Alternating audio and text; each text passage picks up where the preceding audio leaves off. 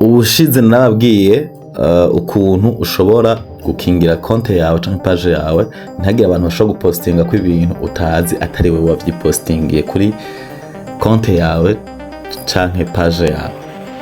So rero ngiye kwereka iyindi setting iyo bishitse bakabipostinga ugasanga ntibugaye iyo setting iyo kugira ngo abantu bapostinge ibintu kuri konte yawe, urashobora kugara iyo vyashitse bakabipostinga ukugara kugira ngo abantu ntibashobora kubibona, sivyo? Ivyo navyo rero bigira security ya konte yawe, abantu ntibayibone nabi, ntibone kuri umuntu serieux bavuga ati ibyo bintu umujya mu posting ugasanga abandi bayibonye, bora bikabona wowe nyene gusa nyene konte. Rero icyo usabwa rero nuko woja muri YouTube ntibisanzwe munabizi, uja muri YouTube urabizi ko ari muri bwabo mwenyene ukwandika Naason Star TV, hanyuma ukora subscribe ko utarayikora, hanyuma wongere uze ngaho wandike Kelly Films ngiyo kugira ngo ishito ngaho musikarandira ngaba ngiyi Kelly Films, ukore subscribe ko vuba cane bagiye kubahereza filme nziza yitwa Ururabo Rwanje. So reka tugaruke muri Facebook nkuko bisanzwe, twinje muri Facebook hanyuma tuje ino hejuru murahabona, dukore kuri ubudomo butatu tutumanuka ngaha hepfo kuri setting and privacy, hanyuma tujye kuri settings, hanyuma tuje ngaha kuri profile and tagging.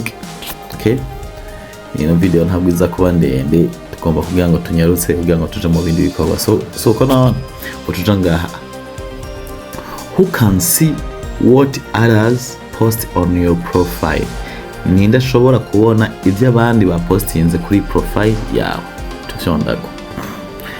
Donc karaba hariho ama option menshi, hariho yambirwa everyone, donc anyone on or off Facebook, umuntu wese ari kuri Facebook wari wese aremerewe kubona ivyo abandi bapostinze kuri konte yawe, nimba ari Naason, nimba ari wiki umuntu yapostinze cyangwa yataginze kuri Facebook yawe arashobora kubona ivyo abantu bapostinze cyangwa bagutaginze ko, usanga ivyo bintu atari byiza umva.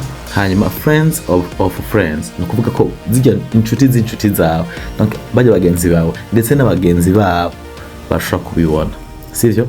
Aho cyonze kuri friends nukuvuga ko inshuti zawe bajya abantu mufitanye ubugenzi bonyene. Close friends, kuri close friends ufyonze ko uja ku creatinga list y'abantu uvuga ati aba bantu sishaka ko wobibona, sivyo? Hanyuma don't show to, nahanye don't show to uselectinga abantu ushobora kuvuga ati aba bantu kweri ntikeneye ko babona ibintu abandi bantu bapostinze kuri ntoze yawe. Ni only show to, only show to ubugize ati nivyashika bakapostinga bizoje kuri banaka bonyene, sivyo? On show to bonyene abari babibona, abandi bose ntibabibona, uragenda ugaselection.